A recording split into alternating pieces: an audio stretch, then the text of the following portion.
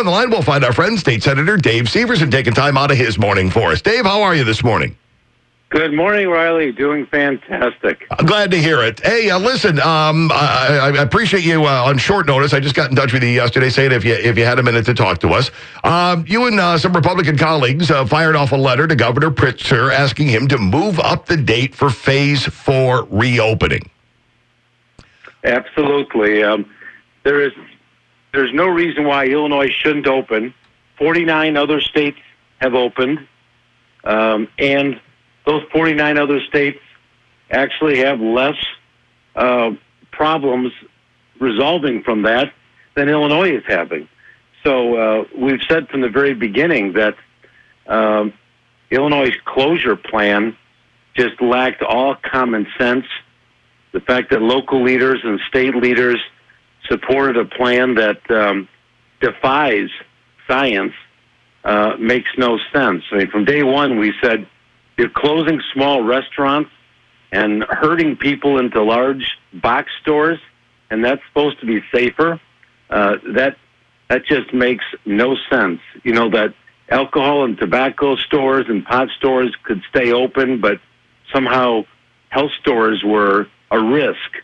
So these decisions from day one were not made by people that had any common sense, and we've seen what other states have done. I mean, 3 weeks ago, Wisconsin opened up, and if you remember the outcry from local leaders that, there was going to be increased deaths and hospitalizations, and none of those things occurred. And so based on that, we can't keep hurting businesses and restaurants and family gatherings, so we just need to open up and let people use their own common sense. You point out in your letter that other states in the Midwest are loosening their restrictions. Many argue that Michigan had some of the most onerous restrictions in place during the early stages of the public health crisis. It's now allowing in-person restaurant dining as long as proper safety protocols are followed. Pools and gyms in Michigan are also reopening, and Wisconsin has been open for weeks, as you pointed out, and data there shows the flattening of the curve. Why the reticence, do you think, on the part of Pritzker? I don't know if it's just... if it's political or if it's just the fact that he's listening to people that are just incredibly incompetent. The people from these people from health departments, it's like, I don't know what school they went to, but it just makes no sense. Here in Illinois today, they're saying, the governor is saying, it's okay for 10 people to gather. That is safe. But if those 10 people decide to order food, somehow COVID knows it, and those lives are at risk. That makes no sense. Then if those 10 people divide up into one table of 6 and one table of 4, all of a sudden it's safe again. I mean, it defies common sense. And we've been frustrated that local leaders have been afraid to stand up to the governor like other communities have done and just said, we're not going to let you destroy business based on voodoo science. Of course, social distance, clean, and protect those at risk. But for the rest of the population, let's open up and let's get back to some normalcy. Another thing that you point out in your letter, the data provided by the Illinois Department of Public Health supports the move that you're talking about in cutting that 28 days to a 14-day timeline. This is the Illinois Department of Public Health, and you link to the Department of Health backing up what you're saying. Right. So the Department of Health says if you've gone so many days without any big increase, then it's okay to move to the next phase. What's magical about June 26th, versus June 12th? What's going to change in those few days? And the governor says, well, why not just wait those extra 2 weeks? Well, for a small business, for a restaurant, for a family who wants to get together for a funeral, people, you're not even allowed more than 10 people to properly have a funeral for somebody. And yet the governor says, well, they can just wait 2 more weeks to do that. Well, no, there's no reason to wait 2 more weeks. Why can't we just open up now? And it's affecting businesses. To business, 2 weeks is a lot of time. And why continue this pain especially when there's no gain for that, for it at all. It's not going to help save lives.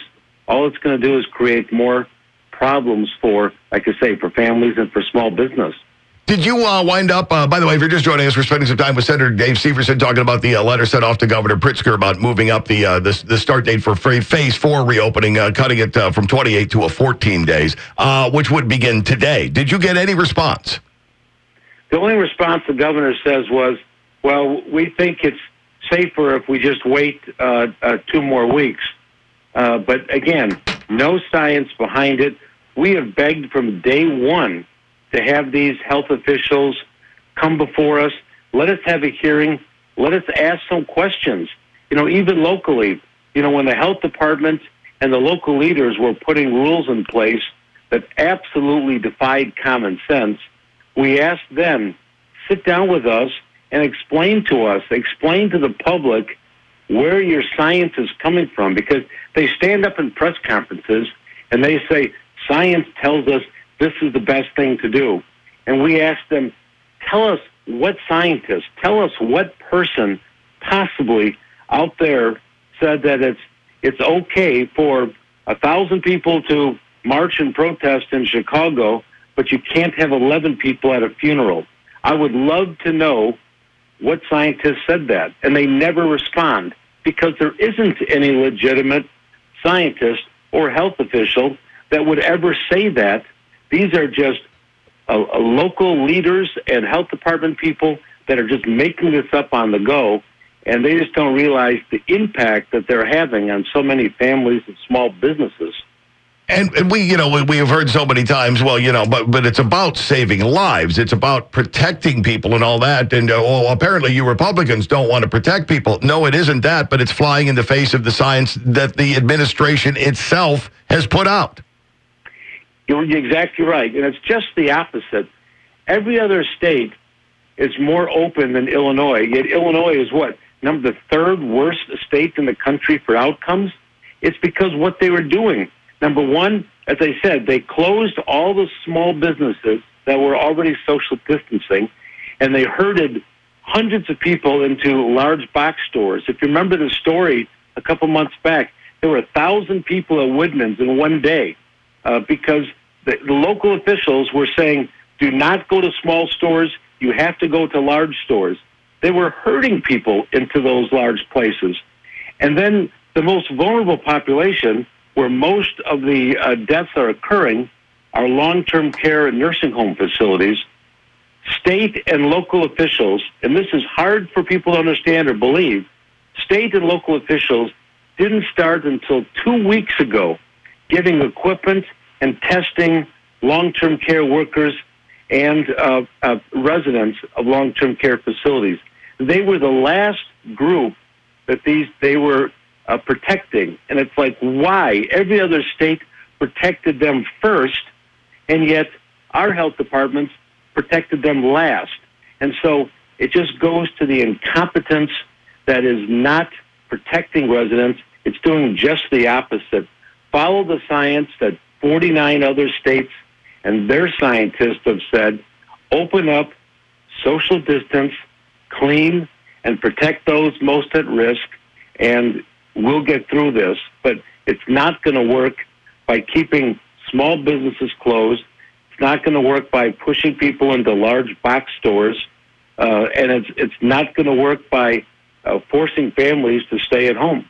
Is there any chance that there'll be a halfway point where he says, "Oh well, we should wait the 2 weeks"? Is there you think there's a point down the line they'll look at it, and of course they're giving you guys no credit whatsoever, but decide in his mind on a compromise on this one? Well, you would hope so. At some point, it becomes politically trying to save face, but until we get local leaders to stand up and say to the governor, political pressure is the only thing that works. For local leaders, for local businesses to stand up and say, you're killing our economy, you're hurting our jobs for no reason. Governor, we can no longer stand by the people you have giving you bad advice, and we are going to open up, and we're going to tell our local officials not to enforce these rules that are hurting our families and hurting our business, we're telling the governor, no more, we're opening up. Then it would start, you would see a change. But at this point, we've just had local officials just follow step in step with the governor and say whatever the governor wants, we're going to agree to. And that's not putting people first. That's putting government first. And thus, we have the problem we're having. So many businesses are never going to open back up, or those that do are going to be severely reduced. And none of that had to happen. And that's what gets me and others so frustrated, that this did not need to occur like they did. And instead of just saying, okay, we got bad science, let's just open up, they just double down, even though they know what they're doing is not helping. Yep, and you're seeing it in Chicago with a double down and then a double down again, because they seem to be lagging behind what the rest of the state is doing as far as a reopening effort goes as well. Well, and they do. And the problem is, as you know, they have, and we've called them out on this numerous times, they are faking numbers. They are calling every death that occurs that's even remotely related to COVID, they're calling it a COVID death. When you have people in hospice, when you have people at end stage life, and they die and they call it a COVID death, shame on them for faking the numbers to try to make the situation look worse than it is in an attempt to get more federal dollars. That scares families, and it doesn't help us get the actual numbers. But it's been reported that 30 to 40% of the deaths that have occurred were not primary cause of COVID deaths. And so why are they playing with those numbers, which, like I say, it scares people, and they're doing it just to try to get more money, but it continue to hurt business. And these are the same leaders, the governor and the mayor, that join in with hundreds and thousands of others protesting, walking arm in arm, that's safe, and yet they're saying 11 people or 12 people can't go to a funeral, or a family can't have a graduation party for their children. That's the kind of thing I think that just defies common sense, and what frustrates people, that these leaders have double standards. Yeah, we have seen plenty of that one. If you guys want to get a look at the letter that Senator Syverson and the other Republicans had fired off to the governor, it's available on Senator Syverson's website. We have a post up on, or rather on his Facebook page. We have it available on our website as well at 1440WROK.com. Senator, unfortunately, we are way out of time on this one. I appreciate you taking time out of your day to fill us in on the background on this letter and discuss it a little bit with us. And if anything breaks on it, we'd love to have you back on to discuss it further. Anytime. Thank you so much for your time. Have a great weekend.